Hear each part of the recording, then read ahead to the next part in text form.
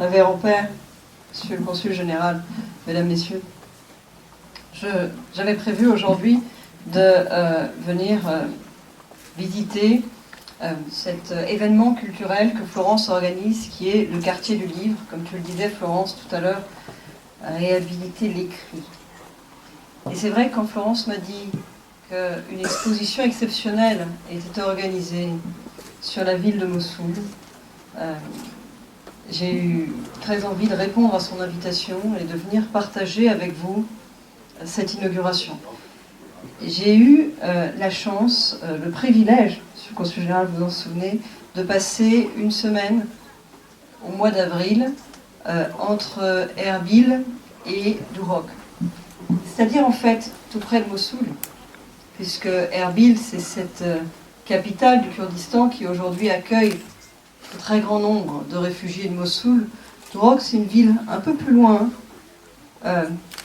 confins des montagnes, qui accueille elle aussi de nombreux réfugiés. Et puis la route entre les deux, c'est la route de l'est de la plaine de Ninive qui passe à 20 km, 30 km de Mossoul à peine, et sur laquelle on voit en allant donc vers Duhok l'embranchement qui part vers Mossoul avec le petit panneau direction Mossoul, et c'est là, c'est tout près.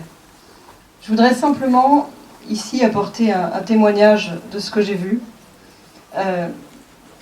en 3 mots. D'abord, l'immense dignité des populations qui vivent dans des conditions extrêmement précaires, en dépit de l'aide internationale qui est bien réelle, mais qui afflue surtout dans les grands campements.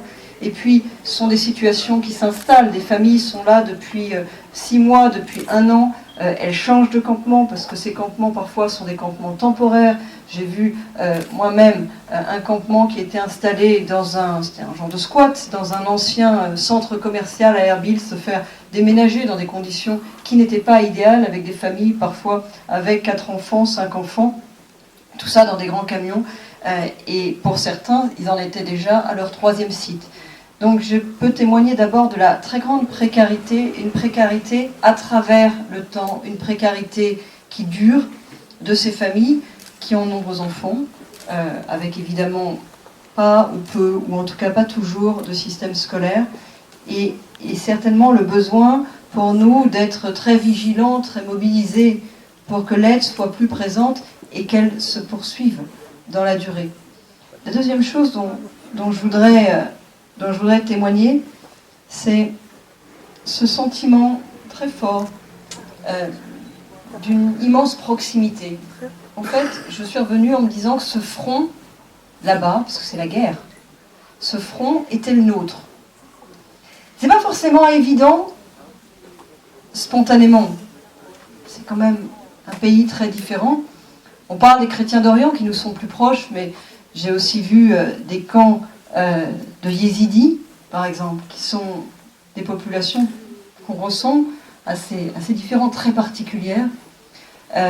J'ai ressenti une très grande proximité dans le malheur et la solidarité, dans les discussions qu'on a pu avoir. Par exemple, j'accompagnais une ONG dans laquelle un certain nombre de médecins, de personnels médicaux étaient des femmes, et les femmes se confiaient plus facilement à des femmes. Elles avaient l'habitude de voir surtout des médecins hommes dans les ONG, et donc de fait, elles se sont trouvées à parler des exactions dont elles avaient été témoins, des exactions qu'elles avaient été subies, des exactions qui n'étaient pas juste la conséquence de la guerre, mais qui étaient volontaires, qui visaient à détruire, qui visaient à être répétées d'ailleurs, manifestement, pour pouvoir manifester l'horreur, et on hésite à les répéter, tellement on sent que ces exactions ont été conçues comme étant des armes de terreur, destinées justement à être répétées, et pourtant on a envie de les dire.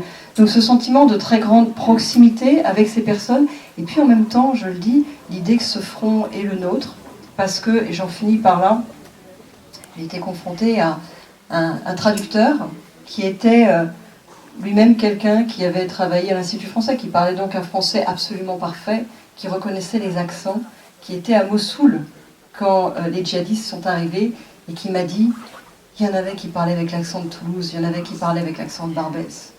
Voilà, c'est un front qui est le nôtre, ça ne peut nous laisser en aucune manière indifférents. C'est notre histoire, ça a été rappelé, ce sont nos racines, c'est notre humanité, qui est souffrante là-bas, et puis c'est aussi une part de nos problèmes aujourd'hui et maintenant. Merci à vous.